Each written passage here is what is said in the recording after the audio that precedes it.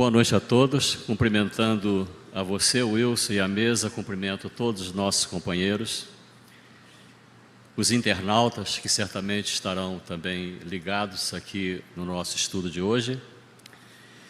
E eu quero começar agradecendo a vocês por ter aceito o convite de vir prestar essa singela homenagem ou modesta homenagem a esse ícone da doutrina espírita e da ciência em geral, que é o nosso querido Dr. Jorge Andréa dos Santos.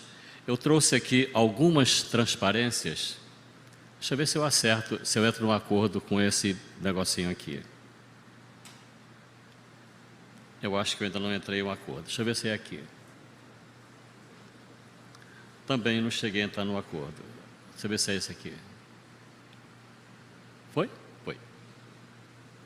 Isso aqui vocês já sabem. Mas essa. Poucas pessoas aqui no auditório e poucas pessoas que estão nos assistindo nunca ouviram esse nome, Dr. Jorge Andréa dos Santos. Dr. Jorge Andréa, como já adiantou aqui o nosso querido Wilson, foi, enquanto encarnado, um psiquiatra espírita, militar, que nos presenteou com uma obra fantástica e que viveu 100 anos conosco. A proposta do nosso estudo não é fazer uma autobiografia, ou copiar a autobiografia, ou falar dados da história da vida do Dr. Andréa. Mas a proposta é tão somente lembrar da presença dele junto de nós. E talvez lembrando de alguns fatos ocorridos, daí o título, uma saudável lembrança. Porque é impossível estar do lado do Dr. Jorge Andréa sem nos sentirmos à vontade. Ele fazia todo o esforço possível para que pudéssemos olhá-lo como alguém como nós. No entanto, aproximar do Dr. Jorge Andréa era como se nós, talvez em alguns momentos hoje, a voz vai ficar embargada, mas me perdoem já a princípio. Aproximar do Dr. Jorge Andréa é como se estivéssemos aproximando de fato de um poço de sabedoria. E sempre estarmos diante de algo inesperado. Porque atrás daquele sorriso simpático, daquela generosidade, tinha sempre não só uma palavra amiga e confortável, mas sempre uma orientação adequada para o momento e para o nosso entendimento e para a nossa compreensão. Então, a princípio, já informo a vocês que estamos abordando aqui uma energia de alguém que caminhou conosco 100 anos, mas alguém que está bem na nossa frente, bem adiante do tempo. Lembrei agora, eu vou lembrando e vou falando para vocês, né? De um congresso que fizemos na cidade de Caruaru, há quase 20 anos atrás. E nesse congresso foi a homenagem que já fizeram ao Dr. Jorge Andréa, que já estava com 80 anos. Interessante que as pessoas faziam homenagem, ele recebia com todo carinho e cuidado e falava assim: vocês estão pensando que eu vou desencarnar agora? Ainda vou ficar por aqui muito tempo. E ficou mesmo mais de 20 anos. E ele sempre teve um cuidado generoso com a colocação da palavra, com a colocação da fala. Dr. Jorge Andréa nasceu em 10 de agosto de 1916 e desencarnou em fevereiro de 2017, exatamente dia 1º. E uma das razões de eu estar aqui hoje é exatamente essa homenagem, porque quando a colega nos ligou para fazer o convite do estudo, que poderia ser qualquer data. Nós estávamos marcados, Wilson, na cidade de Jaguaretama, no Ceará, para prestar essa homenagem a Jorge Andréa, lá no berço de Bezerra de Menezes, que nós conhecemos a pequena cidade. Já estivemos lá, na casa onde nasceu o Dr. Bezerra de Menezes, que não por acaso foi um projeto do Lar Fabiano de Cristo, que construiu também a área da casa que nasceu o Dr. Bezerra de Menezes, reconstruíram a casa e ficou um ponto de visita para o universo espírita e para quem quiser conhecer. A cidade tem 20 mil habitantes. E estava na nossa vontade fazer essa homenagem a Jorge Andréa lá. Passaram-se uns 10 dias, contactei as pessoas de lá de Jaguaretama, aceitaram de pronto a ideia e estavam organizando para que estivéssemos lá hoje. Quando a colega Liane ligou, oferecendo a oportunidade de estar aqui do Frei Luiz hoje, dia 1º. Então, de imediato, eu entendi que não era para ser lá, era para ser aqui mesmo.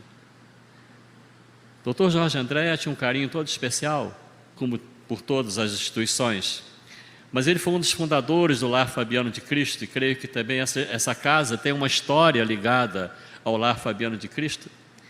E quando ele foi chamado para ser fundador, ele disse: eu fui fundador por acidente, porque ele sempre procurava se colocar de uma maneira de que ele não era essa pessoa toda que você está pensando, né? Eu sou apenas alguém que estou colaborando com o grupo. Mas ele tinha realmente essa capacidade, né, de nos convencer que na realidade foi por acidente que ele estava ali, né?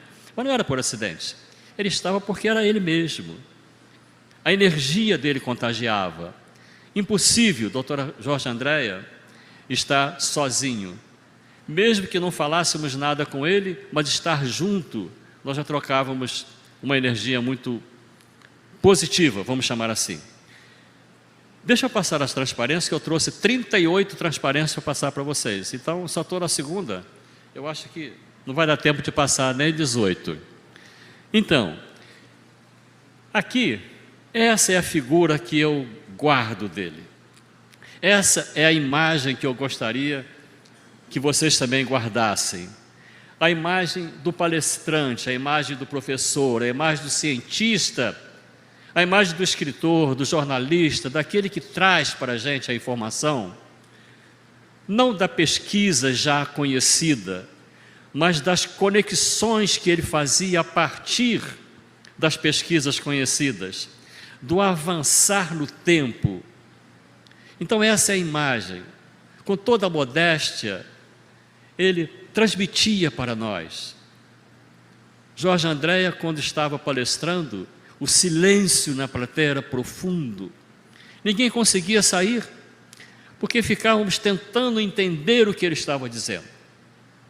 E às vezes íamos compreender isso um dia depois, uma semana depois, um mês depois, um ano depois, para entender de fato a profundidade em que ele trazia para a gente, para nós, a informação. Tem que correr. Então essa é a imagem que eu guardo, que gostaria que vocês também guardassem do nosso querido Dr. Jorge Andréa.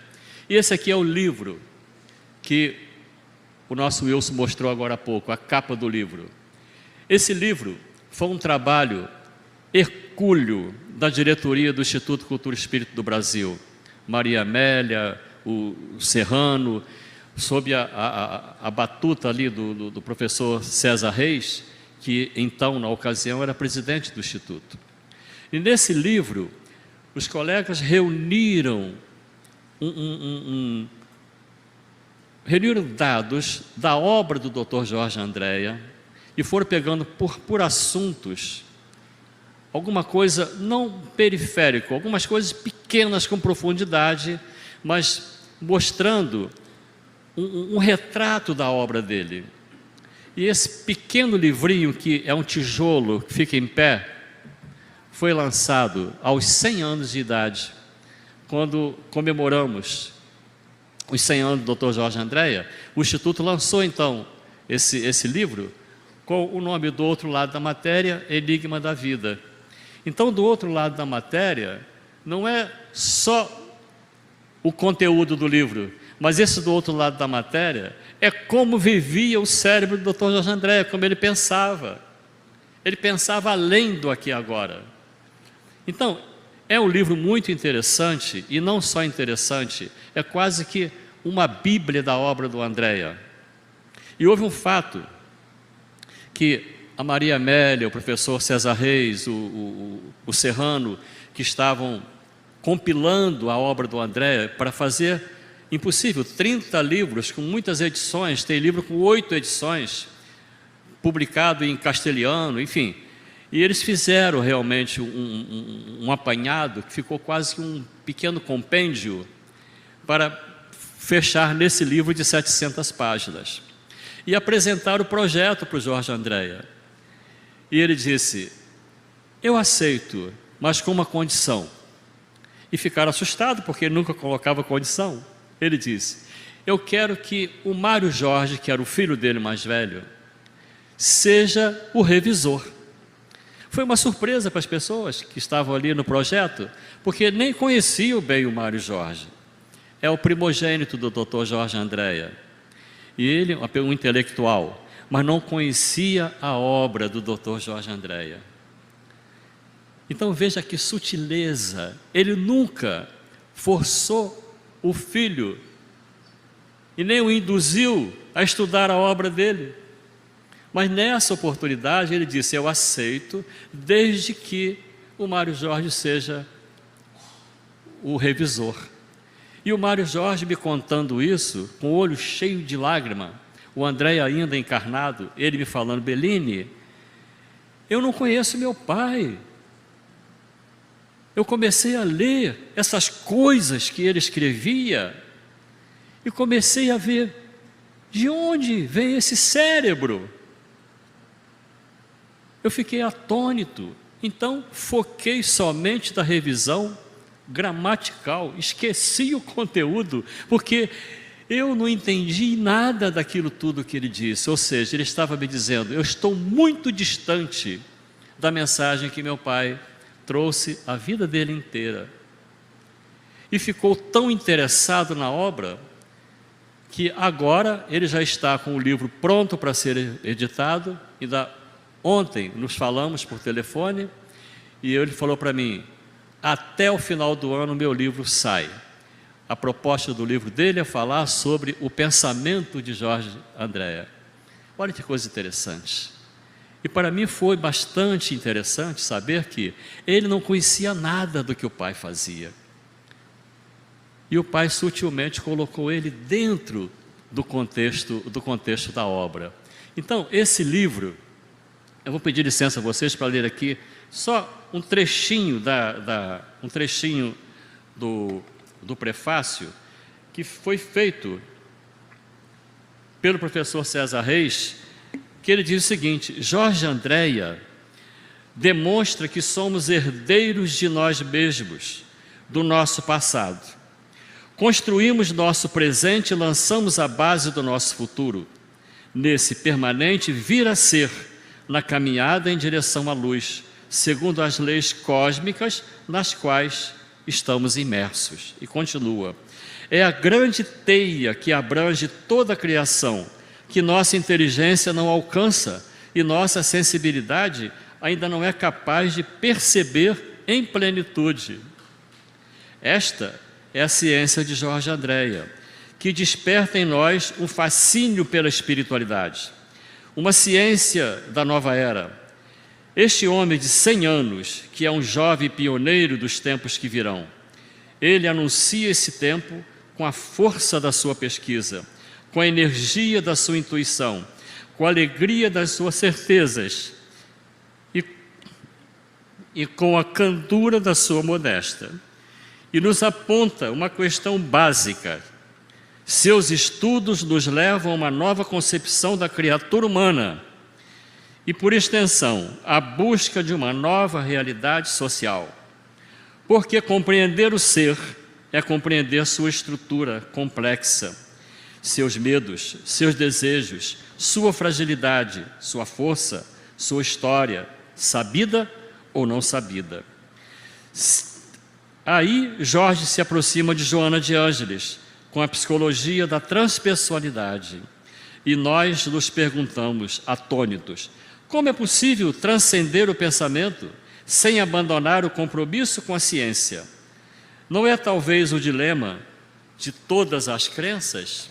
Essa colocação feita pelo professor nos mostra a intimidade com que ele vivia com o Dr. Jorge Andréa e como ele percebia essas informações trazidas na obra do nosso Andréa.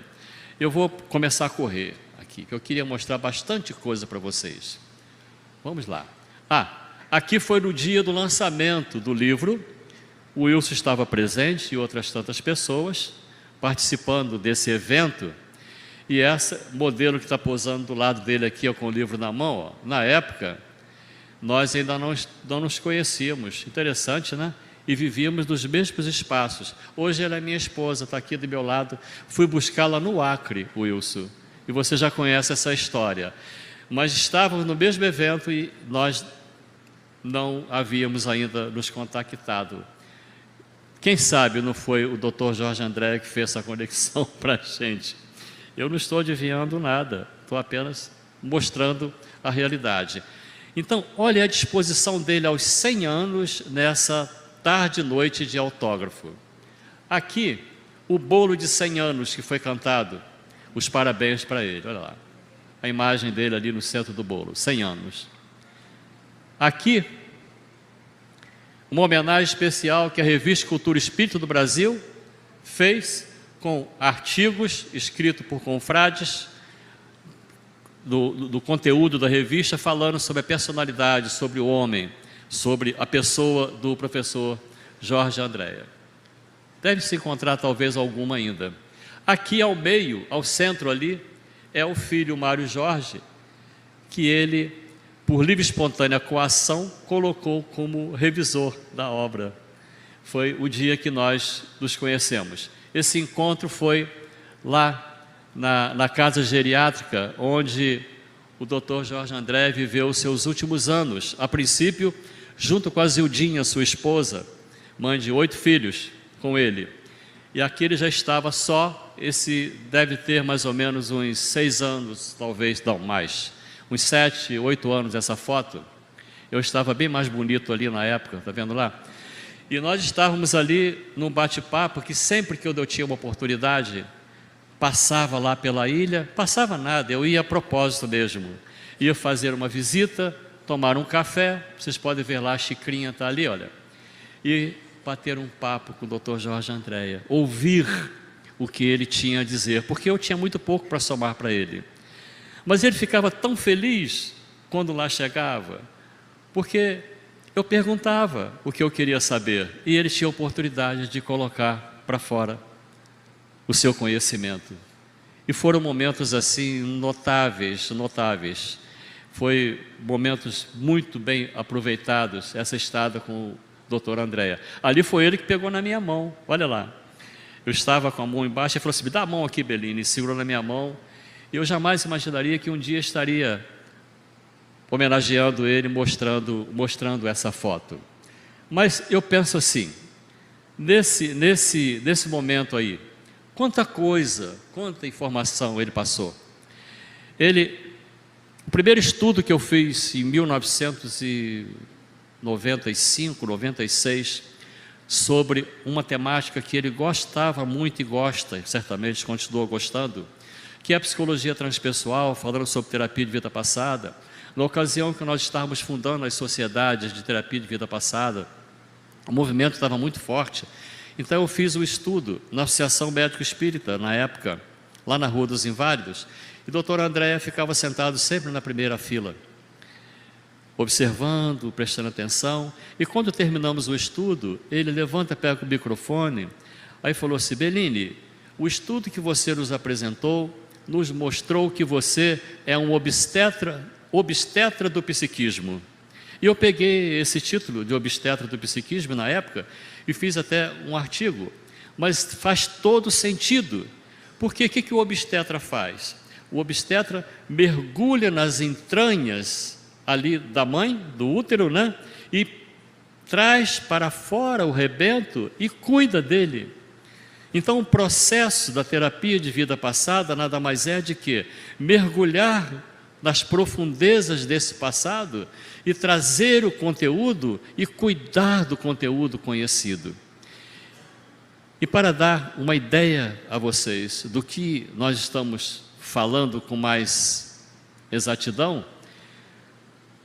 eu penso que se ele estivesse aqui sentado à mesa, ele falava assim: Bellini, agora já chega de conversar sobre essas coisas que você está aí falando, e mostre para esse pessoal um pouquinho do estudo daquilo que realmente importa, para que as pessoas possam levar um pouco para casa, para suas casas, para suas famílias, um pouco de reflexão, porque esse era o cuidado dele com todos nós.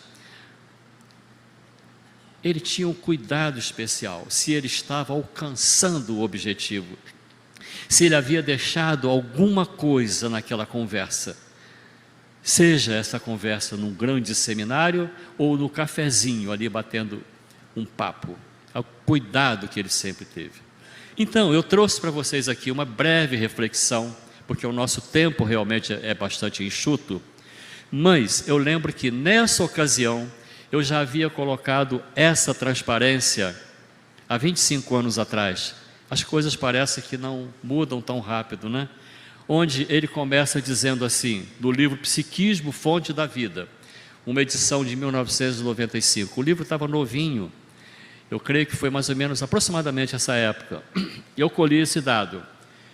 Ele dizendo: as vivências dos processos transpessoais são de tal ordem que revelam no indivíduo a história da humanidade, que é a própria história. Não podemos compreender nos estudos biotipológicos do psiquismo isolamento dos componentes das vidas pregressas, onde se encontram as raízes que devem ser buriladas e aperfeiçoadas nos pacientes que necessitam de auxílio e esclarecimento. Olha a clareza com que ele falava. Ele não era terapeuta de vida passada, mas ele era um homem que estava na frente. Ele enxergava o movimento com um passo adiante. Enquanto nós estávamos estudando, criando técnicas para fazer o nosso trabalho, ele já trazia tudo pronto e dava para a gente: olha, o pensamento é esse daqui. Mais um outro pensamento dele. Esse está embutido nessa obra. Ele diz: o método conhecido como terapêutica de vivências passadas, ou TVP, visa alcançar os registros que carregamos nas redes energéticas de nosso psiquismo profundo, principalmente aqueles que foram resultado de traumas resultantes de nossos comportamentos negativos, ou mesmo de agressões diversas a nós dirigidas, cada uma delas com maior ou menor intensidade. Algum acontecimento pretérito envolvendo-se em uma multiplicidade de reações propiciadoras de forte carga emocional, traduzindo fuga, ódio, medo, vontade de reações ou combate direto ao agressor, etc., comporia um bloco complexo de sentimentos e emoções, uma autêntica fonte energética instalada nos campos do psiquismo profundo, alicerce da nossa imortalidade. A TVP proporciona a drenagem dessa energia que se estão aflorando. Está complicado isso? Então vamos complicar mais um pouquinho para facilitar o entendimento de vocês. Nós trouxemos aqui um gráfico que chamamos de esquema de vivências passadas. Ainda temos 20 minutos? Ok. Então, temos aqui o início, um ponto num espaço qualquer. O que é esse ponto? Esse ponto seria o nosso momento do existir. Do momento em que o ser espiritual adquire a liberdade de escolha, ou seja, o livre-arbítrio. Porque antes disso, o ser não tem responsabilidade. Mas no momento que nós surgimos, existimos, adquirimos o livre-arbítrio, dali para frente, tudo é por nossa conta. Tanto as conquistas como os equívocos, tudo é por nossa conta. E caminhamos na linha da vida, tendendo ao infinito. Hoje, podemos dizer que estamos nesse ponto aqui, sinalizado aqui no gráfico. Esse ponto nós vamos chamar de momento presente, onde estamos com toda a nossa bagagem anterior, tudo conosco, a nossa mochila está toda conosco aqui. Podemos chamar de problema, de conquista, de conhecimento, de tudo. Hoje nós estamos nesse ponto. Mas como não podemos ficar num ponto sem referência, nós podemos criar aqui, como ideia, como base, a data ou o momento do nosso nascimento. Então, do nascimento até o momento presente, nós vamos chamar isso de quê? De presente. A nossa história consciente, ela está nesse espaço de tempo. Mas, ora, se nós estamos vindo através do tempo, que importa o tempo que temos nesse espaço? Se temos 30 anos ou 32, como Wilson, ou se nós temos 100 anos, ou 20 ou 15, não importa. É apenas uma referência. Mas o fato do nosso ponto do momento presente mostra que nós estamos aqui trazendo toda a nossa bagagem espiritual. Então, combinamos que podemos chamar esse espaço de presente, da mesma forma que dessa linha para trás, nós vamos chamar de passado, e dessa linha para frente chamar de futuro. Então, como funciona isso? Como é que a terapia de vida passada ajusta nesse universo? Nós entendemos, os teóricos entenderam, que se trabalhamos com a hipótese da reencarnação para os cientistas, para nós espíritas, a certeza da encarnação, mas se nós trabalhamos com a hipótese da reencarnação, que precisamos mostrar evidências que ela existe, já vivemos várias experiências reencarnatórias, e nessas experiências reencarnatórias, nós vamos fazendo o quê? Reunindo arquivos milenares conosco, que nós podemos chamar aqui de conteúdos emocionais reprimidos. Esse reprimido não é o reprimido de repressão, é que estão ali na linha do desconhecido para nós, está na linha do inconsciente. E a maioria das escolas psicológicas trabalhavam e trabalham somente com o presente, ou seja, do nascimento para cá, na vida atual. Mas a psicologia transpessoal mergulha um pouco mais além e vai além do espaço físico, além do momento presente, ela vai além dessa linha remarcatória. Então, o que aquela setinha ali já avançou? Por quê? Nós, na nossa vida atual, às vezes temos estímulo de qualquer natureza e reagimos de uma forma incontrolável. De repente, alguém que não tem medo passa a ter medo de alguma coisa, mas não sabe por quê. Recebi no consultório alguma pessoa que tinha medo de bicho de pena. Imagina a pessoa ter medo de bicho de pena, ela não pode sair à rua.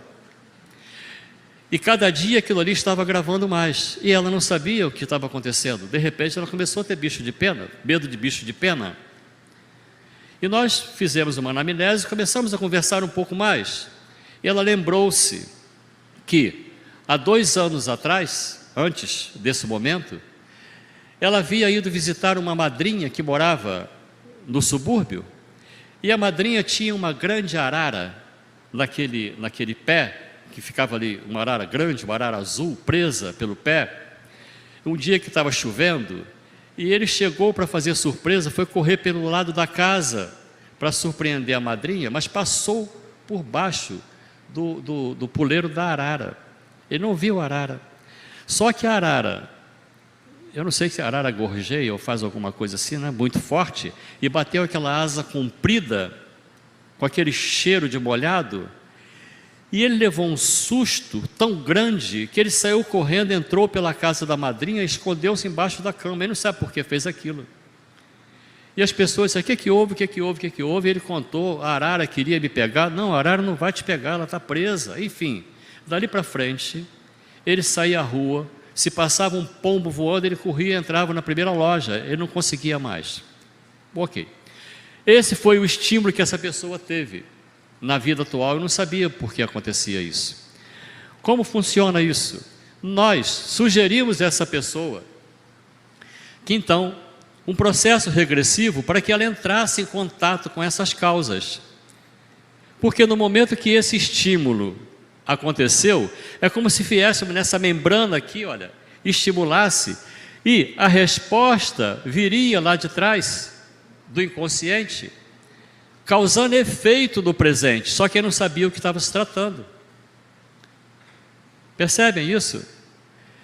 Então, o processo da regressão funciona mais ou menos assim.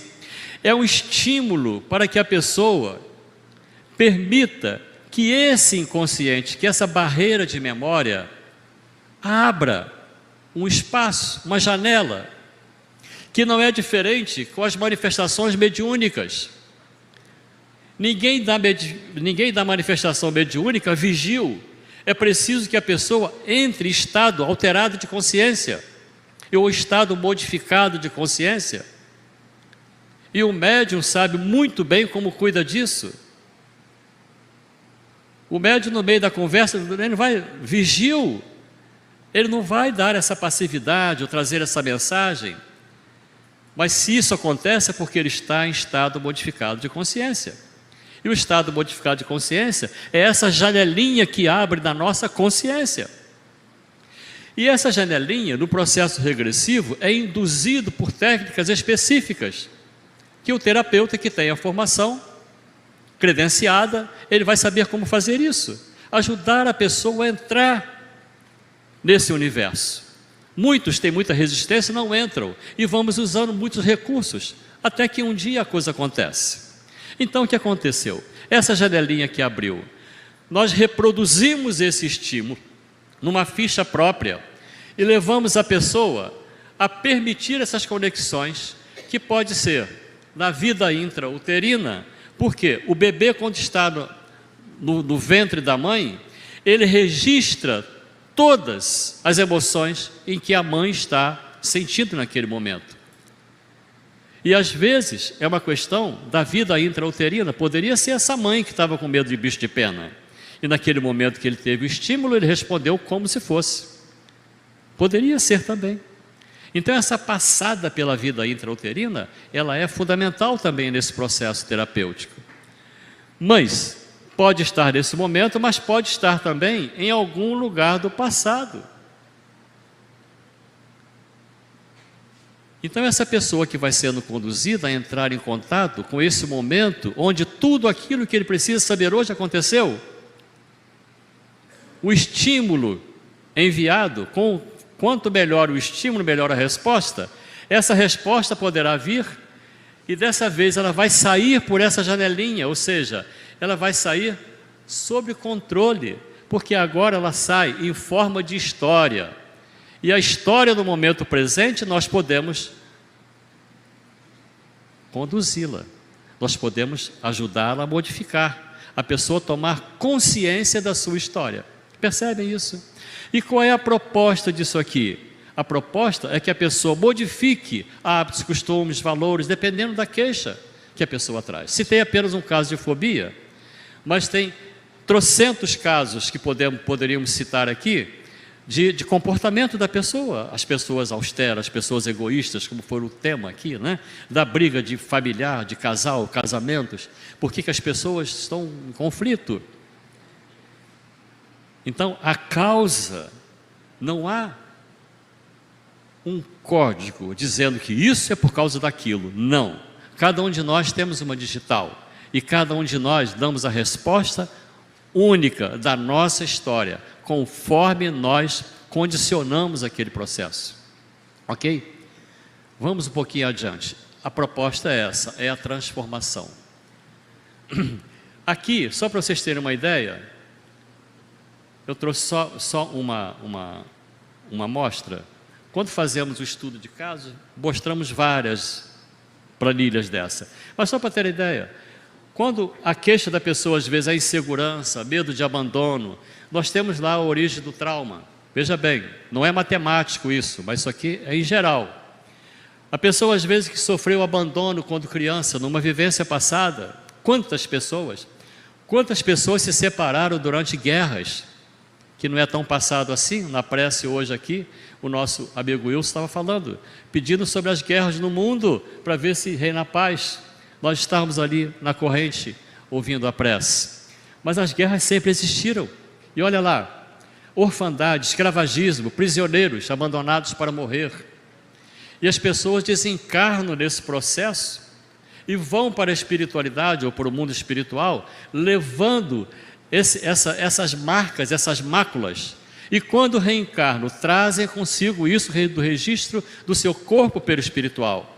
Então, quando há um estímulo idêntico, elas reagem daquela maneira, como disse para vocês. Depressão, que hoje está mais uma vez, infelizmente, em moda como o mal do século, né? Pode ser lembrança de vida passada, às vezes coincide numa idade que aquela pessoa teve uma perda aguda ou que a pessoa desencarnou. Quando nessa vida vai chegando nessa energia, a pessoa às vezes registra esses estímulos e traz essa resposta. Às vezes não sabe por quê, mas ela está deprimida. Pessoas que suicidaram em determinada idade, pessoas que morreram em guerras, viveram a desesperança. Então, tudo isso, o processo da regressão facilita a ajuda para a pessoa que traz essas queixas. O caso que eu contei foi de fobia, né? A pessoa que tinha o medo. Vamos pular. Aqui, trouxemos um outro colaborador, Dr. Hernani Guimarães Andrade, falando sobre o mesmo assunto. E quando eu trouxe esse slide aqui, essa transparência, esse PowerPoint, agora mudou o nome de tudo, na época era uma transparência.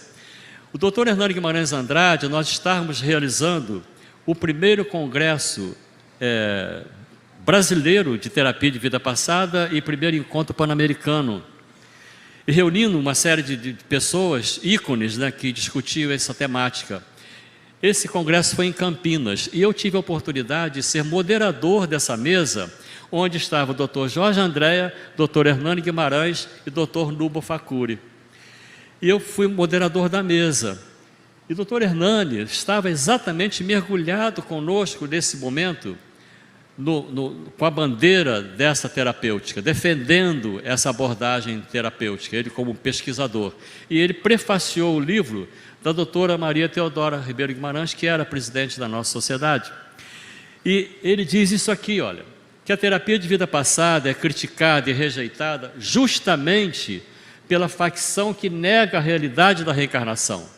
Está claro que adversários do método da regressão de vida passada irão evocar também outras razões para combater a referida técnica terapêutica. Porém, é evidente que o argumento básico deverá ser a negação da lei da reencarnação.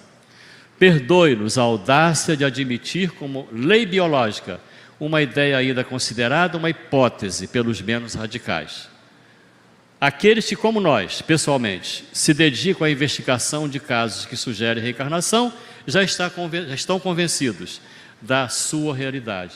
A TVP fará a terapia da humanidade.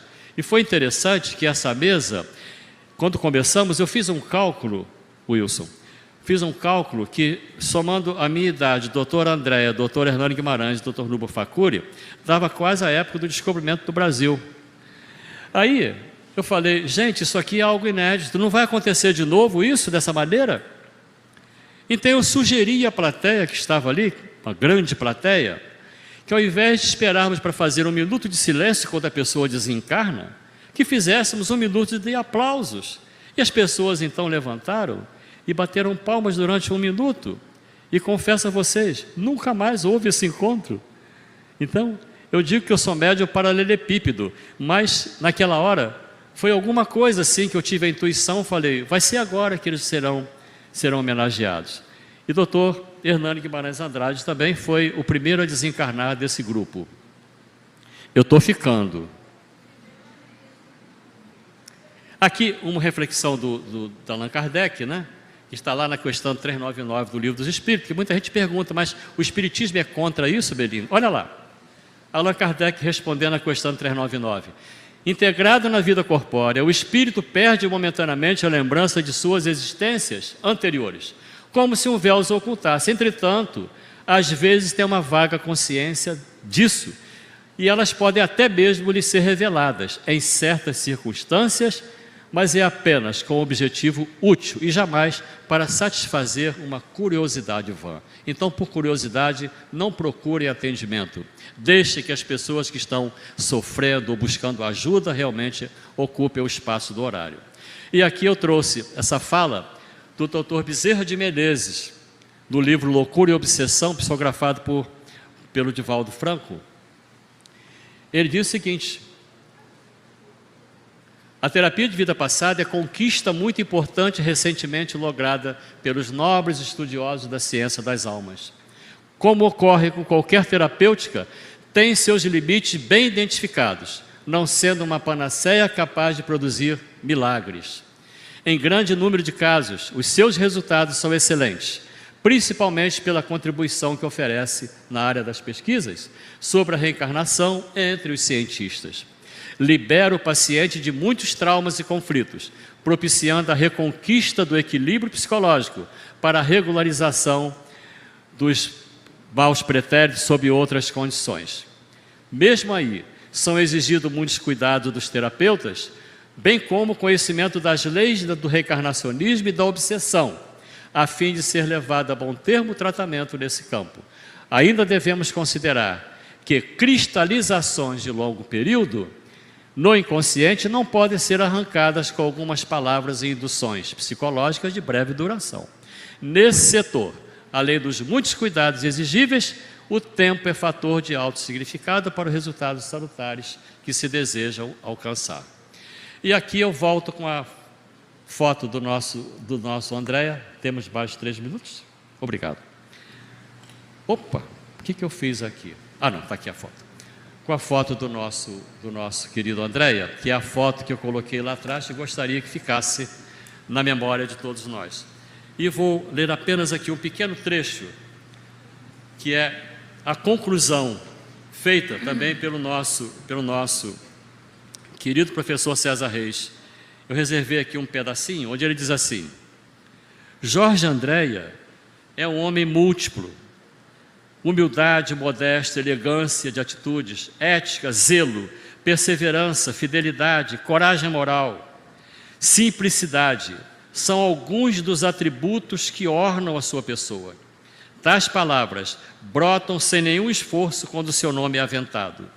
Ao lado de todos esses aspectos de sua maneira de ser, avultam o bom humor permanente, a paciência capaz de repetir 1000 vezes, até que a gente entenda o que dita sua mente privilegiada, seu saber imenso. É um homem raro, verdadeira inspiração de vida. Ele prova que é possível ser nobre e justo, idealista e voltado para o mundo melhor. Com sua vida, ele demonstra que uma boa história do mundo pode ser escrita não por generais e conquistadores cheios de violências e de armas nas mãos.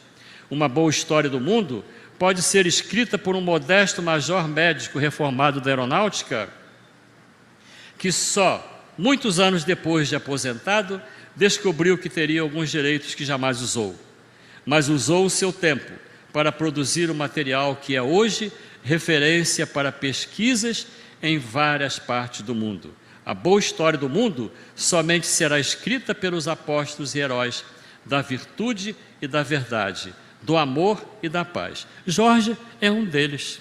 E tem muito mais coisas aqui para que a gente pudesse descobrir e manifestar.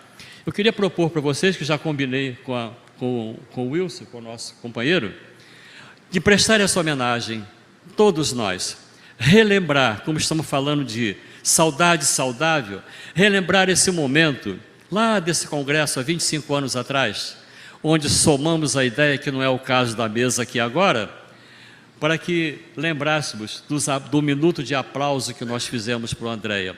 Então, eu convidaria vocês a ficarem de pé e aplaudir essa figura que, de alguma forma, em algum lugar, ele estará recebendo.